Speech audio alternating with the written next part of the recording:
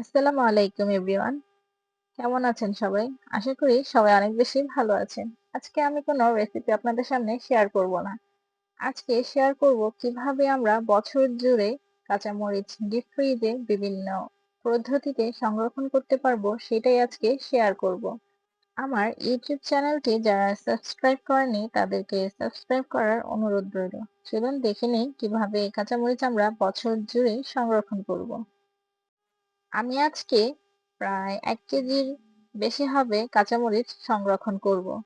সেজন্য আমি প্রথমেই যে কাঁচামরিচের আটিটা থাকে সেটা আমি ফেলে দিচ্ছি।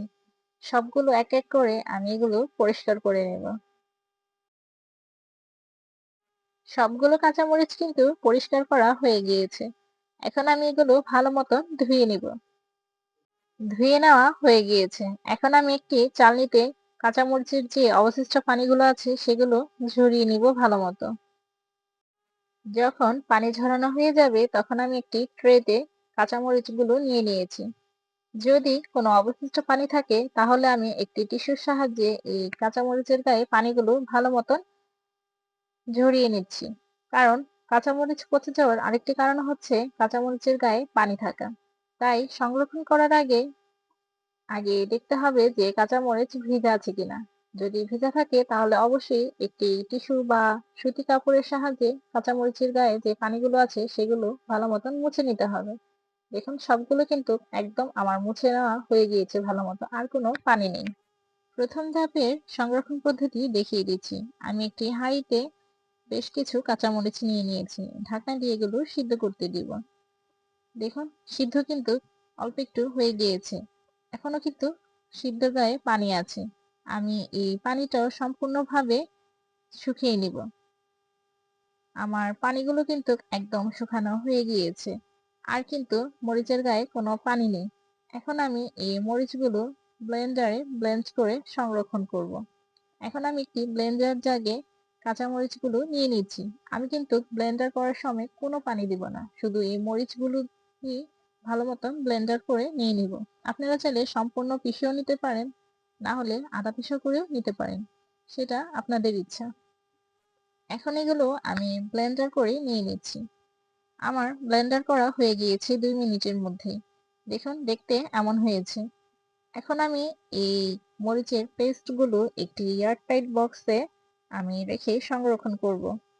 আমি একটি এয়ারটাইট বক্স নিয়ে নিয়েছি। এখন সম্পূর্ণ মরিচের যে পেস্টটা আছে আমি এক এক করে সবগুলো বক্সে দিয়ে দিচ্ছি। আমি ঢাকনা দিয়ে ডিপ ফ্রিজে সংরক্ষণ করে নিব এখন। এখন আরেকটি পদ্ধতি হচ্ছে, আমি যে কাঁচামরিচগুলো পানি ঝরিয়ে নিয়েছিলাম সম্পূর্ণভাবে সেটা আমি ব্লেন্ডার জারে এখন এটাও আমি ব্লেন্ড করে নিব। ওইটা যখন আমি সিদ্ধ করেছি আর এটা আমি সিদ্ধ ছাড়াই ব্লেন্ডার করে নিয়েছি।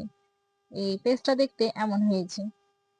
এখন একটি আইস ট্রেতে আমি এই পেস্টগুলো নিয়ে নিচ্ছি। আমি এখানে আইস ট্রে ব্যবহার করছি। আপনারা যে কোনো এয়ারটাইট বক্স বলুন বা পলিথিন ব্যাগ বলুন, যেভাবেই করুন আপনারা কিন্তু সংরক্ষণ করে নিতে পারেন। আমি এখানে ১ চামচের মতন করে আইস ট্রেতে কিউবগুলোতে যে থাকে সেগুলোতে আমি সম্পূর্ণ একদম ভরে ভরে দিয়ে নিচ্ছি। সম্পূর্ণ আইস ট্রেতে কিন্তু আমি মরিচগুলো নিয়ে নিয়েছি। এখন আমি এগুলো ডিপ ফ্রিজে সংরক্ষণ করব। এখন আমি গোটা মরিচগুলোই সংরক্ষণ করে নিয়ে নিব। সেজন্য আমি একটি বক্সে সম্পূর্ণ গোটা মরিচগুলো দিয়ে নিচ্ছি। অবশ্যই মরিচগুলো ভালো হতে হবে। কোনো পচা বা থেতলানো মরিচ থাকলে কিন্তু সেটা বেছে উঠিয়ে নিতে হবে। না হলে বাকিগুলো কিন্তু পচে যাওয়ার সম্ভাবনা থাকে। সেজন্য আমি ফ্রেশ কাঁচামরিচগুলো বক্স ভর্তি করে নিয়ে নিচ্ছি। এখন আমি ঢাকনা দিয়ে সারা বছর জুড়ে এই মরিচগুলো সংরক্ষণ করব। আপনারা যারা বক্সে সংরক্ষণ করতে চাচ্ছেন না তারা কিন্তু পলিব্যাগে করেও সংরক্ষণ করতে পারবেন। আমি সেটাও দেখিয়ে দিচ্ছি।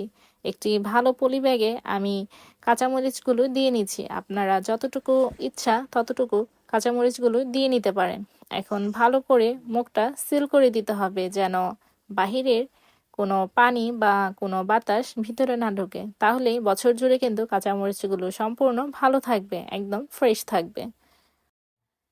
এখন আমি দেখিয়ে দিচ্ছি যে সংরক্ষণ করার পরে যে কাঁচামরিচগুলো কেমন হয়।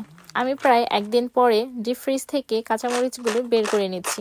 দেখুন, কাঁচামরিচগুলো একদম ফ্রেশ আছে এবং রং, গন্ধ, কালার সব কিছুই কিন্তু একই রকমই আছে এবং একটার গায়ে একটা কিন্তু লেগে নেই, সম্পূর্ণই কিন্তু আলাদা আলাদা। এখন আমি পলি ব্যাগেরগুলো খুলে দেখাচ্ছি। দেখুন, পলি ব্যাগেরগুলোও কিন্তু একটার গায়ে একটা লেগে থাকে নাই। আমি সম্পূর্ণটা আপনাদের একটি বাটিতে নিয়ে দেখিয়ে দিচ্ছি। বাটিতে যেমন ছিল পলি ব্যাগেরগুলোও কিন্তু সেমই ছিল। তো আপনারা পলি ব্যাগ বা এয়ারটাইট বক্স যেটাই পারেন সেখানে কিন্তু সংরক্ষণ করে নিতে পারেন।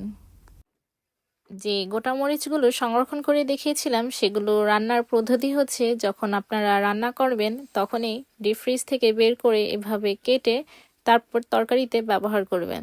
তাহলে বোঝার কোনো উপায় থাকবে না যে আপনি মাসকে মাস এই মরিচগুলো ফ্রিজে সংরক্ষণ করে রেখেছেন।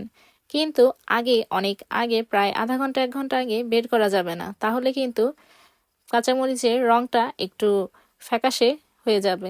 সেজন্য ডিপ ফ্রিজ থেকে বের করে সাথে সাথে তরকারিতে ব্যবহার করতে হবে কেটে। তাহলে একদম ফ্রেশ বা ঝাল যেটাই বলেন কোনোটাই কিন্তু নষ্ট হবে না, একদম তাজা কাঁচামরিচের মতনই লাগবে। আইস ট্রেতে যেগুলো রেখেছিলাম সেগুলো পরের দিন আমি বের করে নিয়েছি। এখন আমি এগুলো এভাবে করে ঝরিয়ে নিয়েছি আইস ট্রে থেকে। এখন আমি এগুলো একটি পলিথিন বা একটি বাটিতে আমি সংরক্ষণ করে রেখে দেব। এভাবে করে আপনারা কিন্তু বেশ কিছু কাঁচামরিচ সংরক্ষণ করে নিতে পারেন। এখানে একটি কিউব 1 চামচ করে। তো আপনারা তরকারি যখন রান্না করবেন, মশলা যখন কষাবেন তখন কিন্তু একটি কিউব দিলেই হয়ে যাবে 1 চামচ হিসেব করে। আর অবশ্যই সতর্কতা অবলম্বন করে কিন্তু মরিচগুলো ব্যবহার করতে হবে, কারণ মরিচের ঝাল, গন্ধ কিন্তু কোনো কিছুই আপনি যে ডিপ ফ্রিজে সংরক্ষণ করবেন কোনোটারই হেরফের হবে না। তাই আপনারা যখন এগুলো ব্যবহার করবেন ঝাল বুঝে কিন্তু ব্যবহার করবেন। আসছে রমজান, আর রমজান মাসে কিন্তু আমরা সবাই জানি কাঁচামরিচের কিন্তু অনেক চড়া দাম থাকে। তাই এখন কিন্তু ভরপুর খুব অল্প দামি কাঁচামরিচ বাজারে অনেক বেশি কিনতে পাওয়া যাচ্ছে। এখনই সিজন হচ্ছে কাঁচামরিচগুলো সংরক্ষণ করে আর বছর জুড়ে ঝামেলাহীনভাবে আপনি সংরক্ষণ করে রেখে দিতে পারেন। চেষ্টা করেছি খুব সহজ এবং অনেকগুলো পদ্ধতিতে কাঁচামরিচ বছর জুড়ে সংরক্ষণ কিভাবে করতে পারেন। যদি ভালো লাগে অবশ্যই আমার পাশে থাকবেন এবং ভিডিওতে লাইক কমেন্ট করতে কিন্তু ভুলবেন না।